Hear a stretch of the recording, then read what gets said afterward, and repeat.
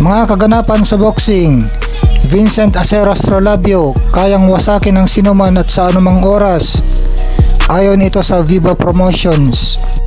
Puspusan na nga ang pag-iensayo ng Acero ng Pinas na si two-time world title challenger Vincent Acero Astrolabio kasama ang kanyang buong team para sa kanyang paghahanda sa paparating na bakbakan sa February 15, 2025 sa Kulaman, Sultan Kudarat dito sa Pilipinas. Matagal-tagal na rin hindi lumalaban sa Pilipinas tong sa Astrolabio, kaya nga siya sinasabing kapalit ni Cuadro Alas Casimero bilang Road Warrior.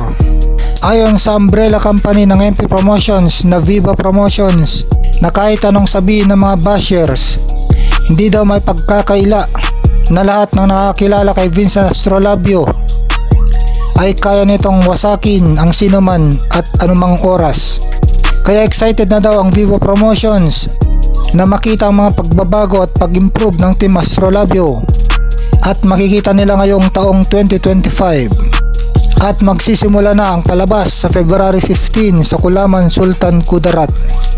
Pinatunayan naman ng Viva Promotions na kaya ngang wasakin ni Vincent Astrolabio ang sinuman at sa anumang oras sa pagpapakita at pagpapalala sa pag-post nila ng video ng pag-knockout ng Astrolabio sa mga top-rated fighter at mga title eliminator fight niya kontra Nikolai Potapov at kontra sa top-rated na Thai fighter.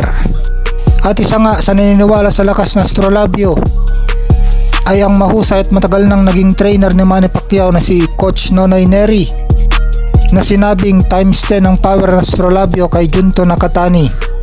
Masidi pa rin ang hangarin ng Astrolabio na makamit ang kanyang pangarap na maging world champion. Hindi pa rin siya napaghihinaan ng loob.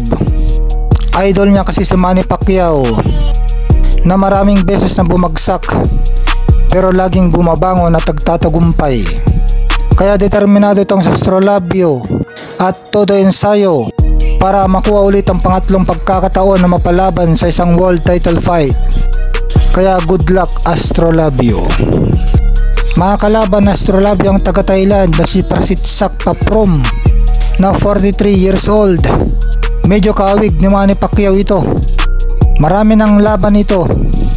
Naka 47 fights na, kaya mas maraming karanasan. May record na 41 wins, 4 losses at 2 draws. Isa itong dating world title challenger pero galing sa sunod-sunod na knockout loss. Kaya abangan natin ang comeback fight na ito ng Astrolabio mula sa pagkakapahinga ng 6 na buwan. Samantala, breaking, two-time reigning IBF minimum weight world champion ating kababayan Pedro Taduran, nominado sa Ring Magazine. 2 kategory pa ang nomina niya. Ito ay bilang upset of the year at comeback of the year. Kaya congrats kay Pedro Kid General Taduran. Ito yung boksingerong masarap panoorin kasi matibay tumanggap ng suntok, kaya sugod lang ng sugod at napakadaming magbato ng suntok, kaya punong-puno na aksyon ang kanyang laban. Samantala, itong matapang na mandirigma na ipagsabayan sa banatan na si dating long-time IBF Super Flyweight Champion Jerwin Pretty Boy Angkas ay naniniwala na hindi pa tapos ang kanyang karera at muli siyang aangat dahil mangyayari ang kanyang comeback fight at kanyang super bantamweight debut sa January 25 sa Iligan City kontra Richie Mepranum. Itong si Richie Mepranum ay naging sparring partner ni Janriel Casimero sa huling laban niya kay Saul Sanchez, isang dating world title challenger, 3 times world title challenger pa nga. Kaya hindi ito pipitsugin at masusubukan dito si Jerwin Pretty Boy Angkas at maging test ito kung kaya pa ba ni Jerwin Angkas na muling lumaban sa matataas na level o world title fight. Maganap ang kanilang bakbakan sa January 25 sa Iligan City. Mga kalaban nga niya itong si Richie Mepranum, kaya todo ensayo na ngayon si Jerwin Pretty Boy Angkas.